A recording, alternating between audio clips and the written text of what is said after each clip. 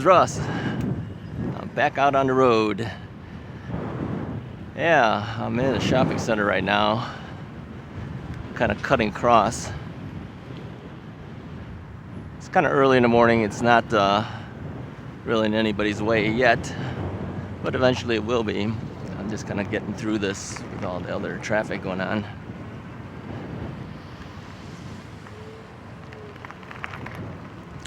So what I decided I would do this morning, because it is planning to rain, is I'm going to get as much mileage as I can on the KBO.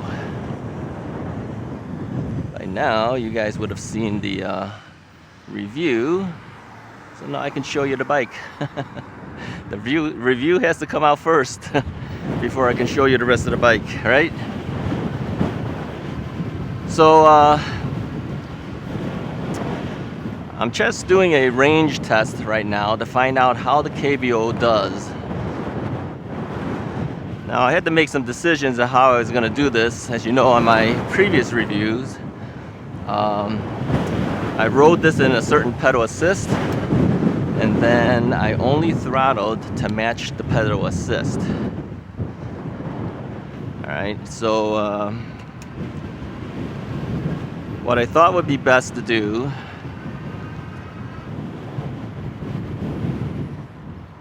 is just move myself to the watt meter so that way I can see what the wattage is if I did decide to throttle. Yeah, this is not a 750 watt motor. This is a 500 watt motor, but it peaks at 750. Let me move this way here. And so it doesn't have the same kind of get up and go as a big, larger motor.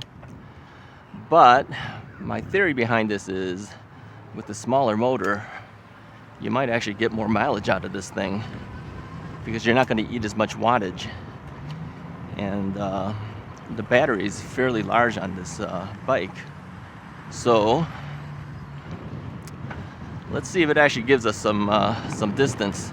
Now I may not be able to finish this ride today, and if I don't, then I will continue it on another day, but I'm not going to charge the battery. Just going to let it go. So it's fully charged at this point. So we'll give it as far as we can go until we feel it might rain on us. And you never know, we might be lucky and we might actually finish this thing before the rain hits us. So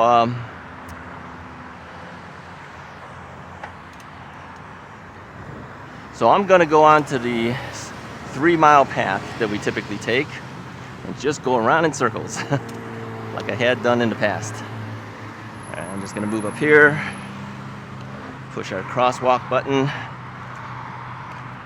Now I will tell you this, picking up the front of this bike and moving it around is a lot easier than picking up those other heavy bikes. This bike is only 63 pounds, only. It's only 63 pounds, but compared to the other bikes that are 69 and 70 something pounds of weight, plus all the other things we carry on it, this thing feels like a lightweight in comparison. So, it's a lot easier to deal with.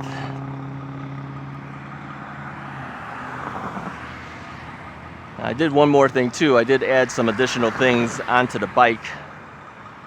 And I'll show you that in a minute here once we get past this intersection. Okay, the light is about ready to change. We got to make sure there's no left turners, and there are left turners, so we got to wait.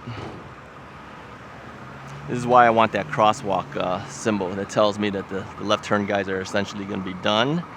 Then you got to look out for the right turning guys that are across the way from you. Make sure they don't run you over.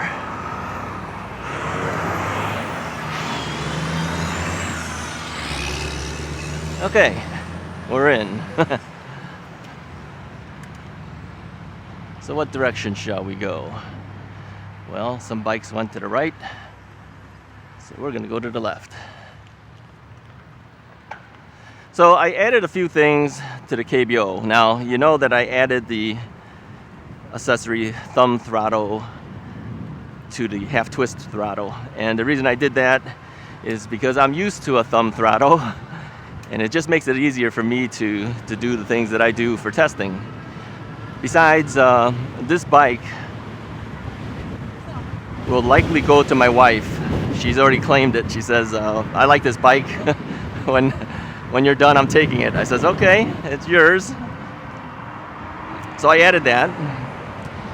I also put a cell phone mount so that I can keep the cell phone on the bike. And I know that although the KBO has a display screen right here, I don't know how well you can see that on camera, so I turned on a speedometer app on the cell phone so that you can see what speed I'm actually going, okay? And then of course I added a front light here. The KBO does have its own light, but these are usually brighter, although the problem with it right now is that I have it blinking right into this cable. So maybe some type of handlebar extender, which would raise it higher, would be a better choice. But since I don't have one right now, this is where it sits. Okay. So the KBO has its own front headlight and rear tail light, but these separate ones are usually a lot brighter. So I think even though the cable's in the way, people can still see it because it kind of goes around it a little bit.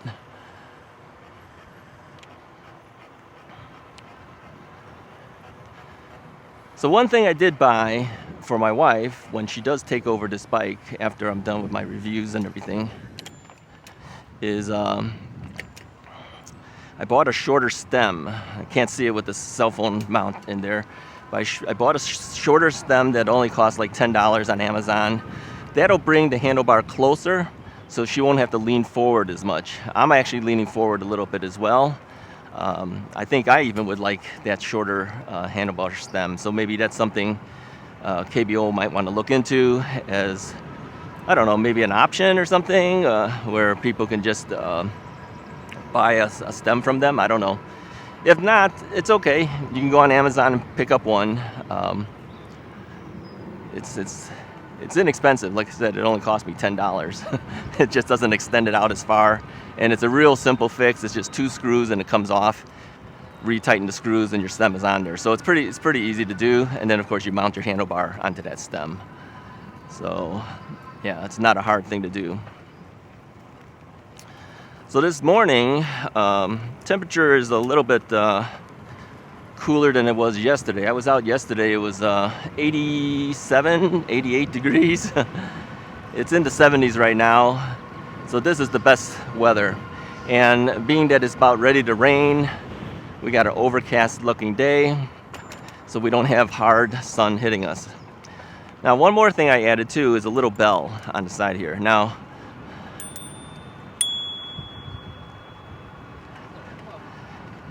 although the KBO does have its own bell on the brakes, this bell's louder. And it's a small little thing. You can see it's just a, I don't know, what is that? Maybe 3/4 of an inch wide, something like that. I'm guessing. I don't know the exact dimension. And it's just like a little half circle bar that floats on top of some springs. And then of course the clamps onto the handlebar. But the interesting thing is that this accessory only costs $7.99 for 3 of these bells. So I mounted one on this bike, I mounted one on the Magicycle, and I have one more spare one for any other bike in the future that might come by. So that's probably the cheapest bell you're gonna get, but man, this thing's pretty loud compared to, I don't know if you can tell the difference, but this little bell is really soft compared to that.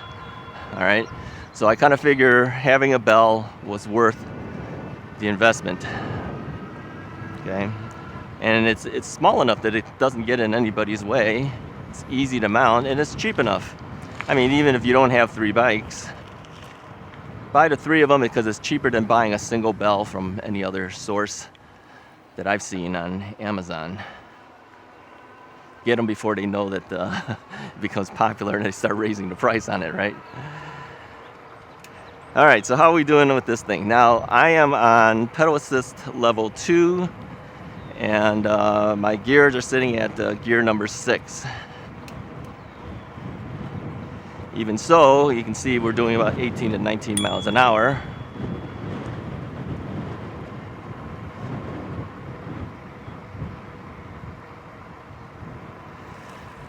So here's the thing, you know, everyone kept saying, you know, you need 750 watts of power. Not always. I guess if you were going up and down hills, yeah, you probably would want that 750 watt motor with a higher peak. But if you're...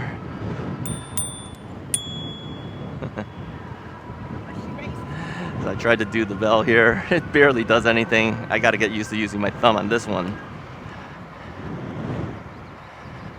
So yeah, if you're riding on this type of path where, you know, okay, you got a little bit of hills running here, but not that bad. Let's move the gear 7 there.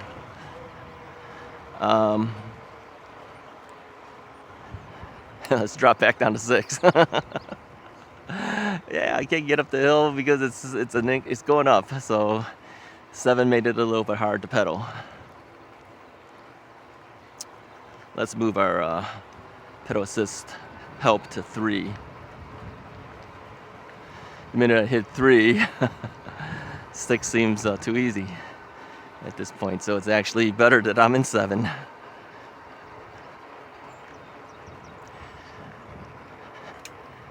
You know, the whole thing is this bike is a commuter bike. This is not your mountain bike. This is not your, you know, hit the hard trail type of bike. This is your everyday type of bike. I know not everybody goes on big trails and does mountain biking. I know I don't.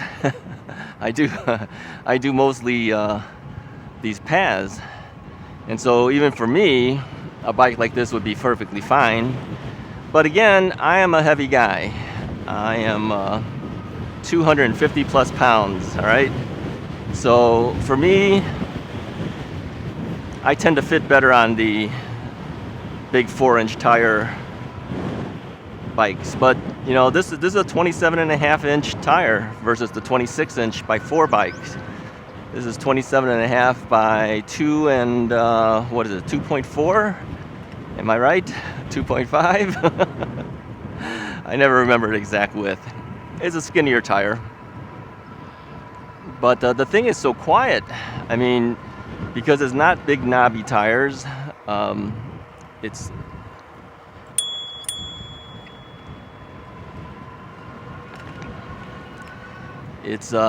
more of a street tire, so you don't hear it coming. When I had the other bikes on, you could definitely hear the bike roaring down the path because those knobs on the tires are just noisy. This one isn't.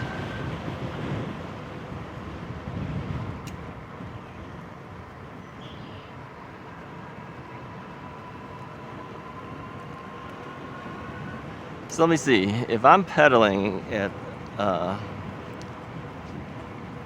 PAS 3 and throttling to try to match it, the throttle would be about here. I'm gonna guess I'm gonna average between 400 something watts, something like that. 350, 400, I don't know. It's hard to keep it exact because, you know, you're trying to hold it with your thumb. That's kind of difficult. The watt meter will tell you what you're really using.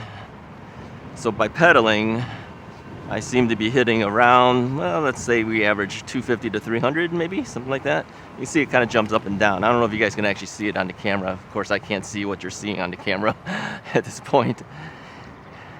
And of course, if you coast, no wattage is being used.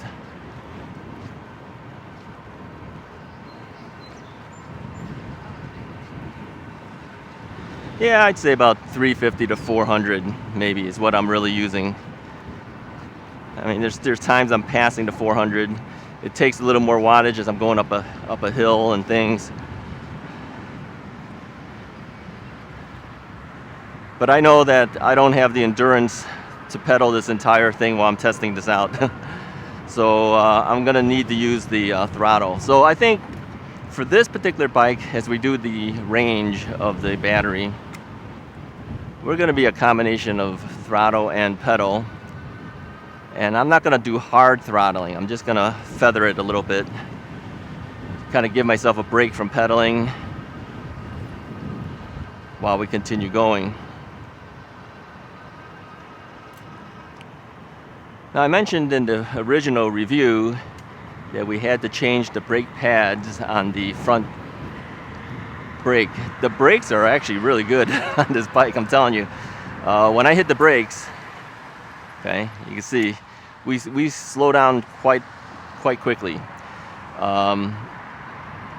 It was just the change of that brake pad. It was just a bad brake pad that we had, and that change made a big difference to the brake. Front and back brakes work great so far on this bike. My only complaint is the little bell on the brake handle thing is not that great. It's kind of soft, so yeah, add a separate bell if you want to. I would suggest you do it.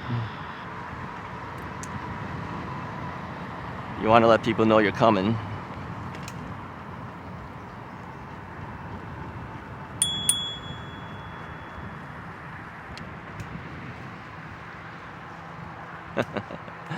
That guy, we always pass him all the time. He's got to wonder why I have so many different bikes I'm riding, because he sees me all the time too. I'm kind of hard to miss. Like I said, I have a big yellow vest on. I'm a big heavy guy, and now I'm a big heavy guy on a commuter bike. Usually he sees me in the big monster type bikes.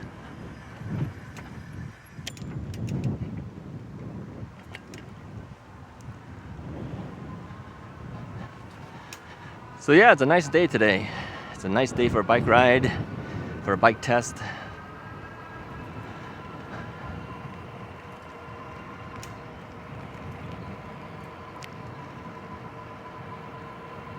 So anyways, when you use one of these speedometer apps, obviously you better have unlimited data, because it's like a GPS essentially.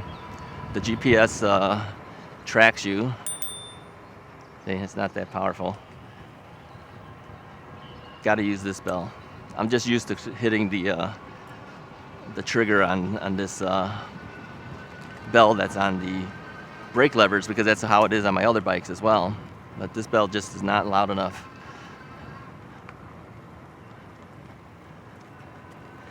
So yeah, it's kind of like a GPS, and so the GPS is tracking me, and based on the fact that I'm moving, it tells how fast I'm moving. So now you don't really need it, you can just look up here, but I figured if the camera wasn't picking it up well, at least you have another source you can look at. Now the cable that I have attached to it is running to, this cable here is running to a little battery bank that I have in my pocket to kind of keep it charged. My cell phone wasn't really that charged up this morning, so I figured I better plug it in. The one thing that this bike does not have is this does not have a USB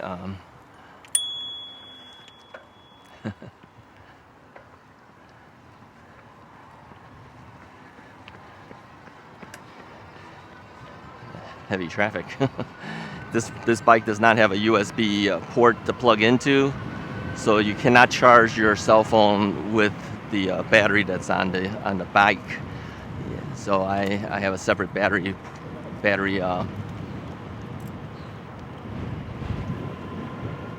bank to help that out for this ride.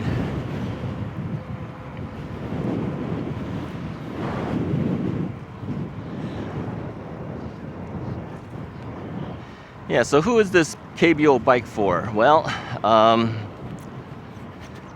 I would say it's for somebody that wants the bike to ride every day, not interested in going over gravel trails and do mountain biking, just wants to go up and down streets and paths like this. This would be a great bike for that. Now, for those who are brave enough to take their bike out and go shopping with it, I'm not that brave. I'm always fearful someone's going to steal my bike. But if you're one like that, this might be a nice bike for that, because this doesn't even look like an e-bike. I mean, unless people really looks hard at it. You know, the black battery on the down tube is kind of a dead giveaway, but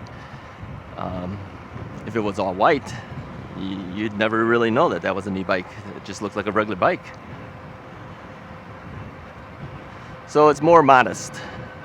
Let's put it like that. It's a more modest looking bike. It has a very nice, smooth pickup. When you accelerate, either with the pedal or with your throttle, it doesn't jolt you. It just smoothly goes. And I think that's the nice part about the bike. That's what I like the most about it, I think. Now, admittedly, I picked out this particular bike to review. I asked KBO to send it to me because, first off, I liked how it looked. That was the thing I think that first attracted me to the bike.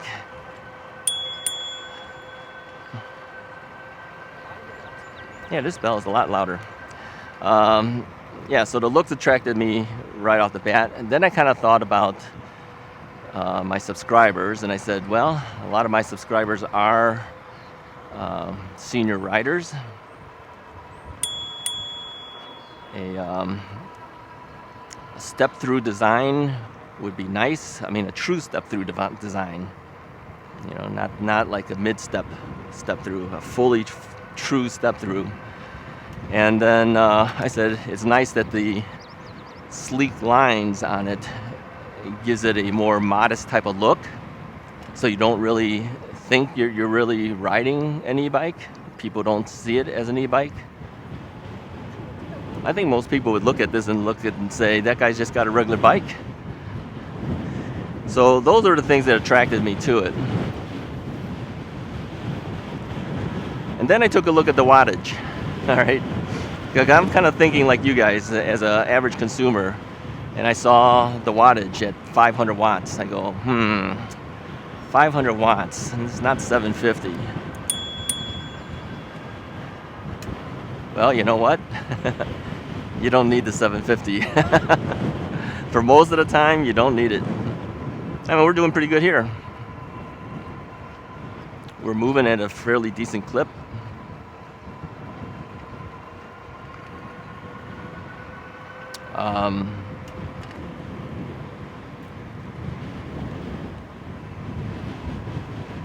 It's doing pretty good at 500 watts. But like I said too, my Rad power bike that I have, the Rad Rover, many people feel that's a 500 that peaks at 750 as well.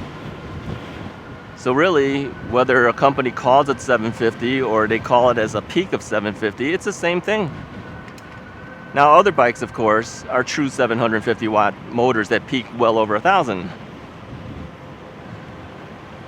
So in that case, yeah, that's going to be a more powerful bike. But I mentioned once before that the more power we have, the more we're going to eat up that battery, which means it's going to eat up your range. So my hope is that this bike gives me quite a bit of range today. And its battery is rated a little higher than the typical 48 volt battery, so you got a little bit more amp hours in here to be able to ride a little longer distance, which is, I think, important for a commuter bike. I mean, yeah, you're riding for the sake of riding. You're riding either to go shopping, or you're riding just for the fun of riding. You're not taking heavy paths and heavy trails. You're doing an everyday ride. More people, I think, are into that than maybe people who are into riding on hard gravel trails and stuff, things that are difficult to ride. And considering most of my viewership is in the senior ranges, let's say 55 and over, most of you are actually over 65. Yeah, we got to be a little more careful of how we do things nowadays. So yeah, I think this bike actually is perfectly fine. Yeah, if you're not into having the fastest bike, you're not into having the hard motors that'll go over big tops of hills and everything like that, 500 is fine. 500 with a 750 peak.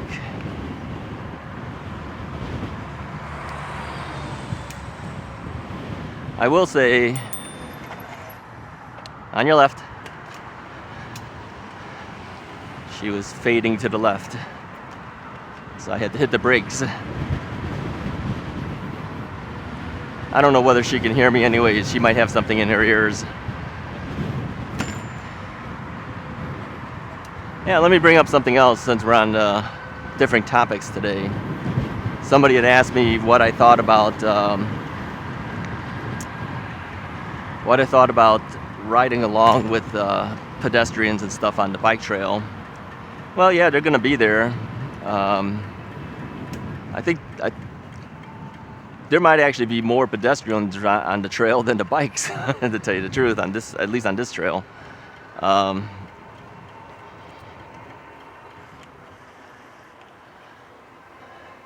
So, yeah, you got to give them the right of way. You gotta watch out for them. If they're walking and they're like all the way here on the right side of the path, like way over here where my bike is right now, and they don't seem to be swaying, sometimes I won't even hit them with the bell. I'll just go right past them. And the reason is because startling them sometimes is worse than if you just rode past them and stay as far to the left as you can. If they waver a little bit, where you're not really sure what they're doing, if they're walking to the left or to the right or whatever, then you got to hit them with the bell, and you got to stay on your left and slow down way slow to make sure that they know you're there.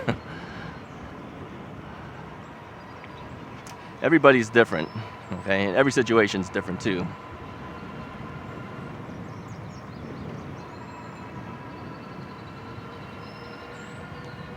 So yeah, that's what we're gonna do today. I'm just gonna keep riding. Now, obviously going around in circles with you over and over and over is gonna be a little boring.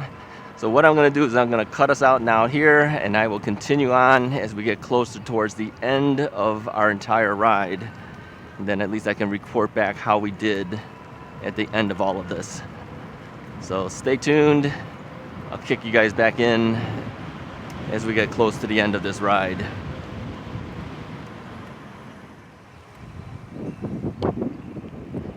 We've gone roughly 30 miles so far. When it gets to 12.7, we'll be at 30 miles. I've just been riding around some different neighborhoods. In the meantime, I got off of the path. I figured if the battery dies out, I don't want to be in the forest preserves areas. I wanted to be at least out on some streets. So I just started going down different streets. And as you'll notice on the trip battery meter too, as I throttle down, I'm not throttling hard, I'm just throttling, partially. That battery meter will drop sometimes to 2 bars, sometimes to 1 bar. So if I let up altogether, sometimes it'll jump up to 3 bars. So, that kind of tells me that we're getting down to the part where we're not really sure when the battery's going to finally kick out on us. If you take a look now, it's down to 1 bar over here.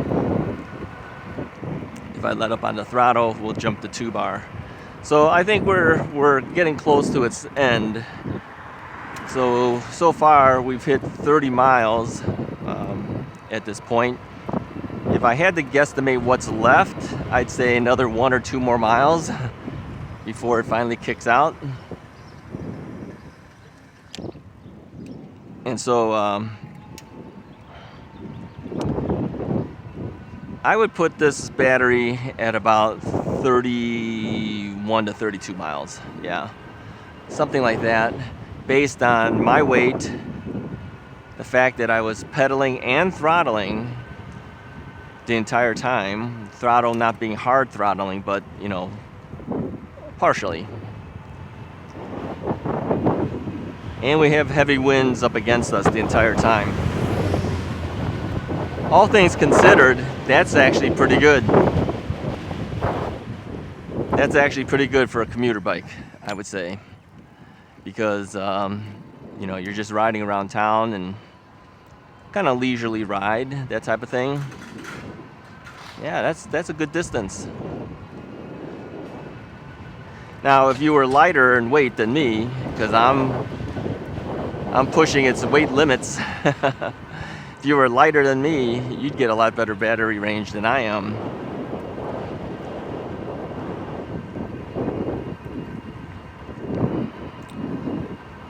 So good. I'm glad we had a chance to actually get out on the road and test the battery out.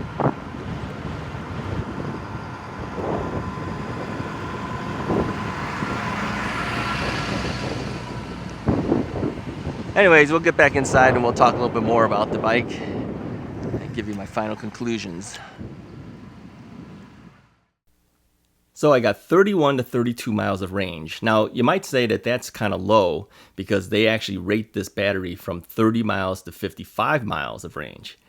Well, maybe for the average person in weight, I am at 250 pounds and more, probably. And so I am pushing the maximum level of weight, okay? So the fact that it can get that much based on my weight and the fact that I was pedaling at pedal assist level 3 and throttling as well, that's actually really good. I mean, a lot of times people will try to find out what the maximum range is, and they're using pedal assist level 1 or 2, and they're not throttling at all, okay?